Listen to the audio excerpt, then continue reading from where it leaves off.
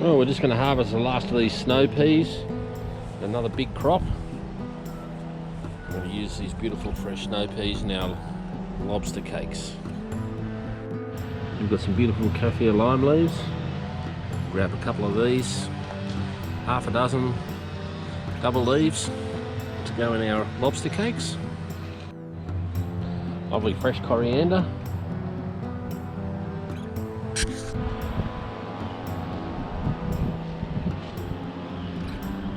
Gonna knock up some Thai lobster cakes today.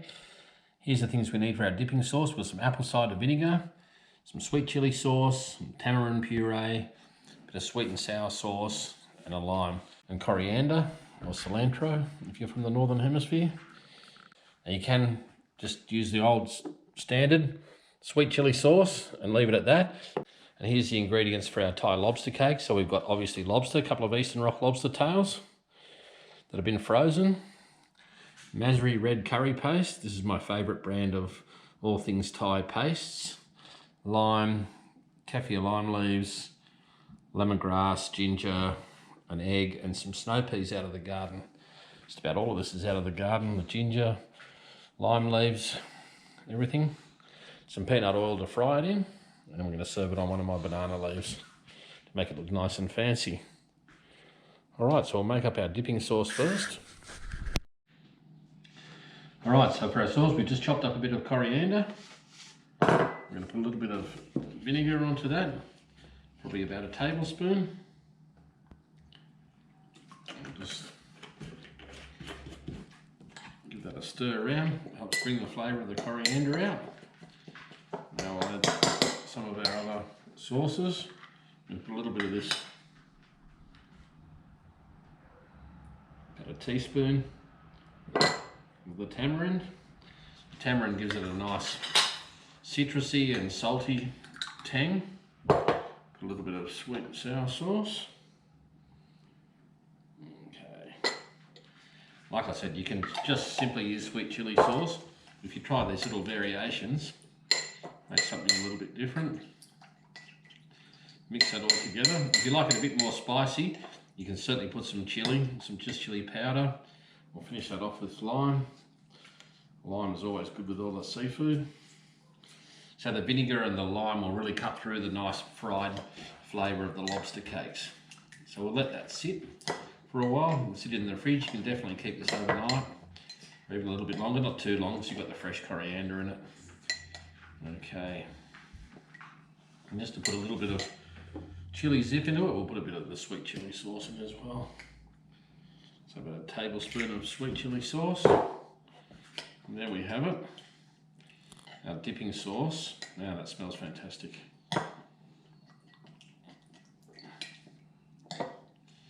Dipping sauce for our lobster cakes.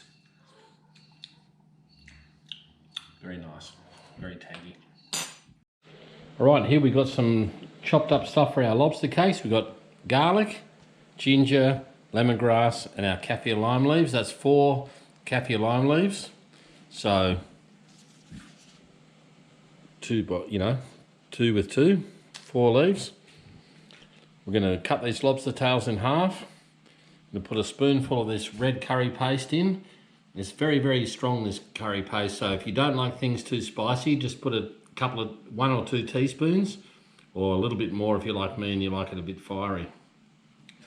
We've got our egg to go in that mix in the blender, and the snow peas we'll keep and we'll chop separately and add in because we want them nice crunchy pieces inside the lobster cakes. All right, we're going to cut our lobster tails in half. These are still semi-frozen, and I think that gives the best texture to the lobster cake. So I've already removed the intestinal tract. When I take these from the head, I use the antenna to remove the intestinal tract, but I'll show you that in a different video. All right, so we pull our meat out. Because it's been frozen, it comes out of the shell. If you just chop this up from a green lobster that hadn't been frozen, it's quite tricky. Make sure we don't put that in. So one in, now we'll do our other one. This dish is perfect to use with your tropical lobsters, which don't have such a fine flavour as the Easterns. So the ornatus or longer peas, Versicolor, all those other lobsters, Southern Rock lobsters, basically any lobster will do for this dish. So in we go, they're all in the blender now. Now to add our curry paste. Like I said, I like it a little bit more fiery, so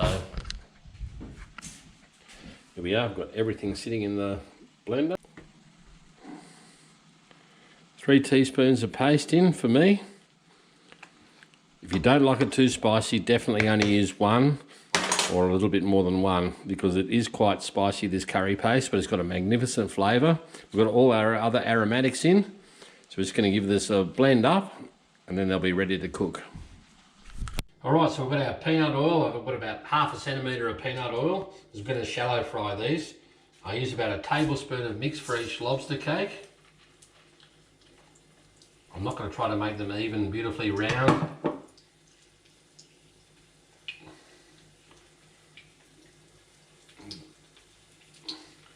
It's important you have the oil nice and hot, but not crazy hot, because you don't want to burn them. They've got to cook right through. Wow, that smells straight up.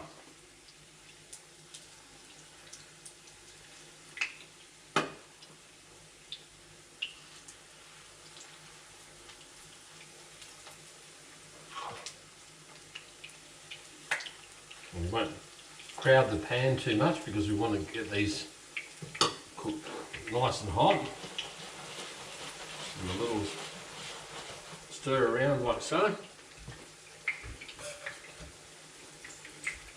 Alright, so this is what we're looking at. 7 little lobster cakes. We get another 3. So 10 out of the 2 lobster tails. And we'll get them nice and firm before we flip them over. You can see the chunks of snow pea in them. They give them a beautiful texture.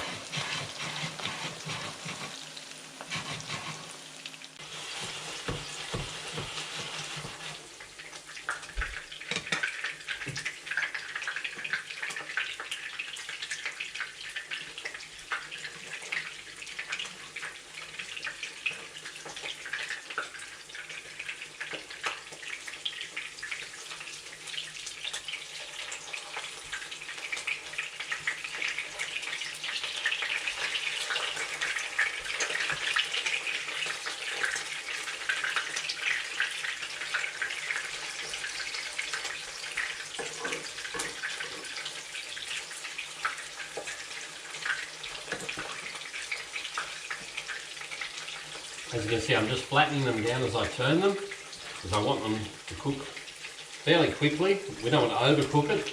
Like all seafood, the last thing you want to do is cook it too hard, but it's actually got to be cooked right through for this dish.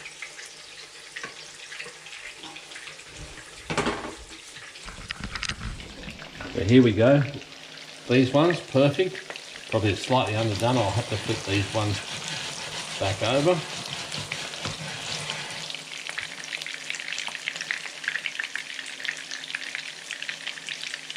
Looking beautiful.